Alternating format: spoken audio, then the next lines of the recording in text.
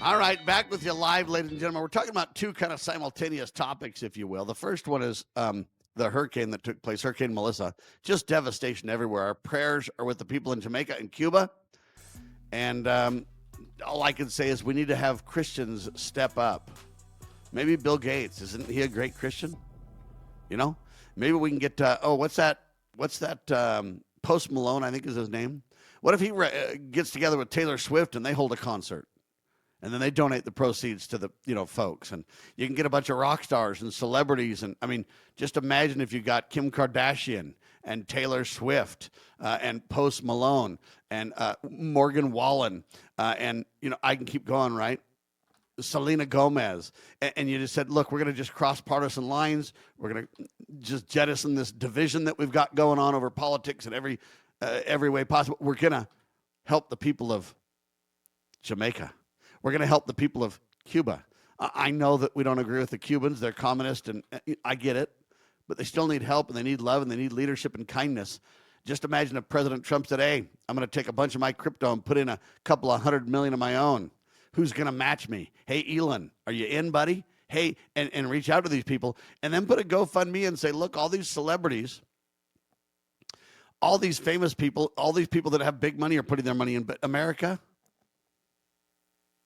Britain, Scotland, Norway, Iran, maybe the Iranians can help. What do you think?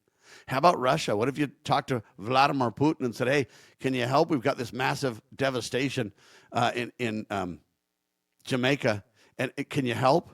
And what if it could be a worldwide uniting effort? We can supposedly join together over sports, right, like the Olympics, and we can set aside all of our differences for the Olympics, with rare exception. Sometimes in wartime or whatever else, people have rioted and jettisoned. But if we can get together for like sports, can't we get together for a cause? A Christian cause such as this? Clothe the naked, feed the hungry. When we see this story about the hurricanes, who's proposing what I'm proposing? I'll even put in a little bit of money. I don't have a lot of money to put in. I don't make a lot of money. But I will help and I will do my part. And especially in Utah, my home state, hey, you know what? I don't want to spend big money on the homeless. Okay? I want to find ways to take care of this long term in the private sector. And if you really want to get a handle on homelessness, that's the best local way to get it done. Do it on the local level. When it comes to the situation where it's the hurricane or the homeless, private sector Christian love is the answer. All right? Anyway, just thought I'd bring that to your attention. I mentioned this homeless issue because it's a Salt Lake City issue, and they're starting to spend money and talking about Donald Trump's initiative in July. I bring up the hurricane because it's on everybody's minds. It's a horrible devastation, and our prayers are with those people. But I also really want to highlight private sector solutions are most of the time the answer. Most of the time, the solution. And I think oftentimes we just forget that. We don't really realize that. But think about how much money California spent, $24 billion. New York City, $3.96 billion. The state of Washington, $1.8 billion. I mean, you're talking about billions and billions and billions of dollars into the homeless situation. I think it's a serious issue. But some of these people don't want a home. Some of those people are doing actually quite well. And you say, Sam, how dare you bring this up? I'm going to bring it up because there's really a homeless problem and there's real need out there. That's beyond debate. But there are also slime balls who take advantage of this situation. I remember I one time bought a lady a Chinese dinner because we were going into a Chinese restaurant and she was begging for money outside of the Chinese restaurant. So I said, well, if you're really hungry like you say you are, I'll bring you into the restaurant and buy you a plate. Come on in. So she came in and I got her a plate of food. She ordered what she wanted and we sat down and talked to her for a little bit, ate our food. She picked at her food, didn't do much. And then we left. And I said, well, hey, have a nice day. We literally went outside. All my family got in the car, but me and one of my sons looked through the window and kind of spied on her a little bit. The second we left, she grabbed the plate, threw it in the trash, and bailed out the back door. She didn't even really eat the food. Okay, I don't believe she's hungry. You don't throw away a whole Chinese plate if you're hungry. full of food. Okay, I think she wanted drug money. Another guy that I basically talked to wanted money for a bus fare. He's got to get back to his daughter, and his daughter's, suffering because his wife or his ex something, and he wanted money. I told him, I'll walk you to the bus station and buy you a ticket. He said, oh, no, I don't have time to. What do you mean you don't have time to walk to the bus station? Anyway, bottom line is he wasn't serious. He wanted drug money. So we need to work on this problem. But what you don't do is give people money on the street and encourage them. That's what you don't do. Because when you do that, you don't know where the money's going. You might be fueling a drug habit. You might be fueling who knows what. But there's scammers on the streets, and I think people make a lot of money at it. I have a lot more respect for the ones that play on the street their instruments in big cities. At least they're trying to do something to work.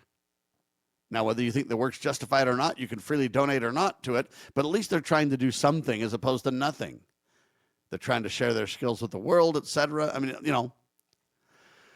and all I can say is that brings us to the heart of the next story. Donald Trump and company are going to let SNAP shut down. That's the food assistance program. And they say a couple of million people will be without food, up to 42 million. I know I said a couple of million up to 42. That's on purpose. We don't really know the real number of people that will actually be out of food. Just because 42 million receive food from this program, how much can the 50 republics step up to dealing with their own citizens on a much more local basis? Because I believe local assistance, local support, local help is the way to go. We don't need Washington, D.C., 2,000 miles away to be working on these problems. We can, as Christians, take it on ourselves and use food banks. And the states can help. How much can the states fill in? How much can neighbors and Christians fill in? How much money could we raise from some of these celebrities and rich people, as I pointed to, that could take care of the food problem? You got a food problem, a starvation problem in America, supposedly. You've got that in some of these countries where they've been hit by hurricanes. You've got that with the homeless. How many of the homeless people are getting SNAP? Or do you have to have a home to get SNAP, huh? Just kind of wondering. And so you look at this thing, and I really understand that it's a problem. But I also understand we don't want to get scammed. So as I was saying, I think the best way that we can resolve a lot of this is work through organizations that truly provide real support. On the boots on the ground, hey, is this person really needing food? Or when they get money, do they spend it on video games, colored TVs, cigarettes, alcohol? And hey, the government provides food, so they have their extra money to spend on everything else. If you take away their food stamps, then they might not buy alcohol and cigarettes and whatever and actually buy food with it. Right? We really need to be on the ground and have people who can really care. But you don't want the government doing that. That becomes Big Brother and spy-like. So why not have good Christians minister to their neighbors? Why not have local food banks and cities and towns and counties and even states come to the table and solve these problems? Why don't we just let the general government back out of it? After all, they have no delegated authority or mandate or obligation. It's not in their list of enumerated powers at all, right? So I appreciate that this new Utah campus on 16 acres northwest of Salt Lake City, out in the country or whatever, is going to provide involuntary commitment. In other words, you're going to have a judge toss these people in this camp, and it'll cost $75 million to build and $30 million a year to run. I appreciate that, and I think they're trying. But I think it'll be a failure because every time government takes the lead on these kinds of projects, it's a failure. Why? Because it's a Christian responsibility. It's not a government responsibility. It's a love the Lord thy God, which means you'd care about all of God's children, and to love thy neighbor as thyself. If we loved our neighbors as ourselves, would anybody go hungry, ladies and gentlemen? So to me, the trick isn't to find out how I can just give them money on the streets. That's disaster.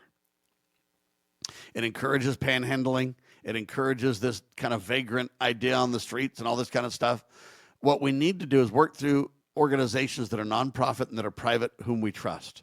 And there are several of them, and you can identify them. I happen to be most familiar with the Church of Jesus Christ of Latter-day Saints. But the Catholics are not one whit behind us. There's a lot of churches, a lot of groups that are making a tremendous difference. Let's put our trust in, our finances in, our prayers for, and our involvement in some of those kinds of things. Have you ever served at a soup kitchen? There's a lot of volunteer things you can do as well. I'm not just asking for your money. There's a lot of volunteer opportunities that can really make a difference and help you realize how many blessings you really have. There's a lot of people making tremendous efforts.